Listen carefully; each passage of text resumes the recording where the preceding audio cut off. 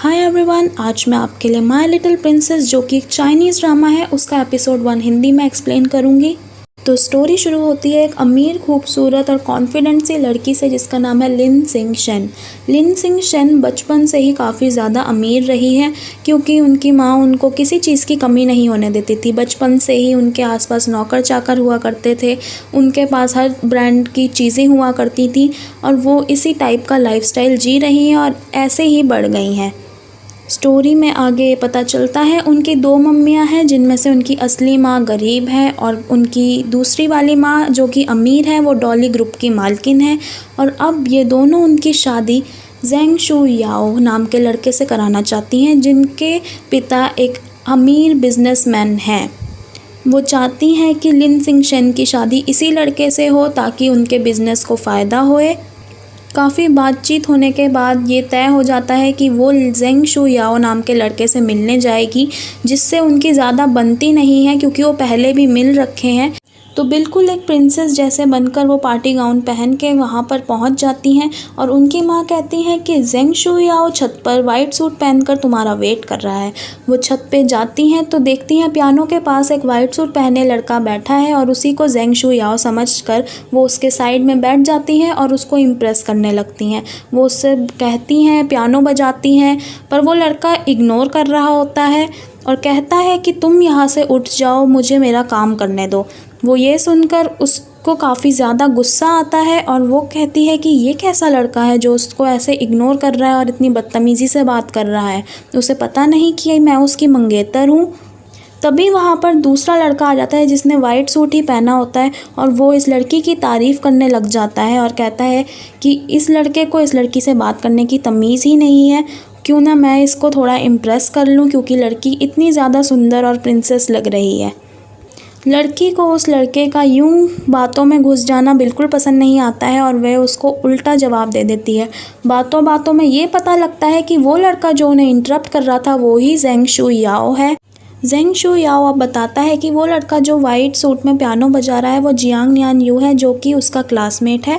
उसने उसे पैसे देकर पियानो बजाने को कहा है। इन तीनों में अब कुछ आपस में बातें होती हैं और जियांग नियान यू वहाँ से चला जाता है। और अब बात आती है जेंग शू याओ और लिन सिंग शेन की। वो दोनों बातें करते करते नीचे जहाँ पार्टी हो रही होती है वहाँ चले जाते हैं और लिन सिंग शेन कहती है कि उसे वो बचपन से ही जानती है। तो वो पूछता है कि बचपन में कैसे जानती है वो उसको। लिन सिंग शेन बताती है कि बचपन में उसका एक शादी में जूता गुम गया था और वो जेंग शू याओ ने ढूंढा था और वो कहती है कि तुम मुझे ये जूता पहनाओ। तो जेंग शू याओ मना कर देते हैं, कहते हैं तुम कैसी सी हो जो ऐसी चीज़ें मुझे करने के लिए बोल रही हो। लिन सिंग शेन गुस्सा होकर वो जूता उस पर फेंकती हैं जो कि कांच के ग्लास की डेकोरेशन पे लग जाता है और वो ग्लासेस वहाँ से गिर जाते हैं। लिन सिंग शेन उस पे इल्ज़ाम लगाती है कि वो कांच के गिलास उसने उसका जूता लेकर तोड़े हैं जिससे जेंग शू याओ की छोटे में वहाँ पर बहुत पिटाई हो जाती है। ये बात लिन सिंग शेन के लिए काफ़ी छोटी सी थी पर जेंग शू याओ इस बात को लेकर काफ़ी ज़्यादा गुस्सा हो गए। शायद उनको ये बात बचपन से ही चुभती आ रही हो इसलिए वो इस बात को इतना सीरियसली ले रहे थे। जेंग शू याओ और लिन सिंग शेन के पेरेंट्स आपस में बात कर रहे होते हैं और सोचते हैं कि वो दोनों काफ़ी ज़्यादा अच्छे लग रहे हैं साथ में और उनकी शादी करना कोई गलत बात नहीं होगी, वो दोनों काफ़ी ज़्यादा खुश रहेंगे एक साथ। पर यहाँ तो जेंग शू याओ लिन सिंग शेन को खींचकर पार्टी से बाहर ले आए हैं। वो वापस छत पर आ गए हैं जहाँ पे एक स्विमिंग पूल भी है और वहाँ पे वो खड़े होकर ये बात कर रहे हैं कि वो लड़की इस शादी को कैंसिल कर दे। पर वो कहती है कि ये डिसीजन सिर्फ उसके मम्मी पापा ले सकते हैं, उसका इस चीज़ में कोई पार्टिसिपेशन नहीं है।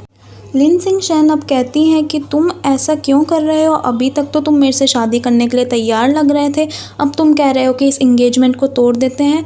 तो जेंग शू याओ कहता है कि वो किसी और लड़की को पसंद करता है और वो इसलिए इनसे शादी नहीं कर सकता है। लिन सिंग शेन अब जेंग शू याओ के पीछे पड़ जाती है कि वो अब उस लड़की से मिलना चाहती है। तो वो लड़का कहता है वो लड़की से मैं तुम्हें ज़रूर मिलाऊंगा क्योंकि वो बहुत काइंड, स्वीट और टैलेंटेड है, तुम्हारी तरह बिल्कुल नहीं है। अब वो उस लड़की को वहाँ पर ले आता है और उसका नाम होता है Yu Yang Yang. Lin Sing Shen Yu Yang Yang से सवाल करने लगती है तो यू यांग काफ़ी डरी डरी सी लगने लगती है जिससे कि जेंग शू याओ कहता है कि वो उससे थोड़ी तमीज़ से बात करे क्योंकि वो उसकी दोस्त है, उसे डराए ना। तो लिन सिंग शेन को लगता है कि यू यांग यांग काफ़ी मस्त एक्टिंग कर रही है शू याओ का अटेंशन पाने के लिए। बातों बातों में ये पता चलता है कि यू यांग यांग उनके रेस्टोरेंट में ही काम करती है, इसलिए उसकी दोस्ती शू याओ से हो जाती है। लिन सिंग शेन कहती है कि यू यांग यांग उसके मंगेतर का हाथ ना पकड़े, क्योंकि यू यांग यांग काफ़ी ज़्यादा चिपक रही थी उसके मंगेतर से। तो वो उसको यह कहती है और उसकी आवाज़ से डर के यू यांग यांग से प्लेट्स टूट जाती हैं, क्योंकि वो एक रैक की तरफ गिर पड़ती हैं। लिन सिंग शेन काफ़ी बुरी तरीके से यू यांग यांग की बेइज्जती कर देती है, जिससे सेंग शू याओ को काफ़ी ज़्यादा गुस्सा आता है और वो कहता है कि तुम बचपन से अभी तक नहीं बदली हो, तुम ऐसी ही हो और हमारी शादी कभी नहीं हो सकती। वो उसको गुस्से में आकर पूल की तरफ धक्का देता है, तभी वो तीनों पूल के अंदर गिर जाते हैं और यू यांग यांग को जेंग शू याओ बचा लेता है, पर लिन सिंग शेन अभी भी पूल में डूब ही रही होती है। लिन सिंग शेन को डूबता हुआ देखकर जियांग यान यू खुद ही कूद जाता है पूल के अंदर और उसे सही सलामत बचाकर ले आता है बाहर। लिन सिंग शेन कहती है कि वो अब उससे दूर रहे और उससे ज़्यादा चिपके नहीं, क्योंकि वो उसको कसकर पकड़कर बाहर ला रहा था। अब वो पूल से बाहर निकलकर सूख जाता है और उसकी वॉच अब काम नहीं कर रही होती, तो लोग उसे कहते हैं कि तुमने इतनी अमीर लड़की को बचाया, उससे ही नई घड़ी मांग लो। तो ये था episode 1 part 1 of my little princess. Video अच्छी लगी हो तो प्लीज़ सब्सक्राइब और लाइक करें। पार्ट 2 जल्द ही आ जाएगा। टिल देन स्टे चिपक के।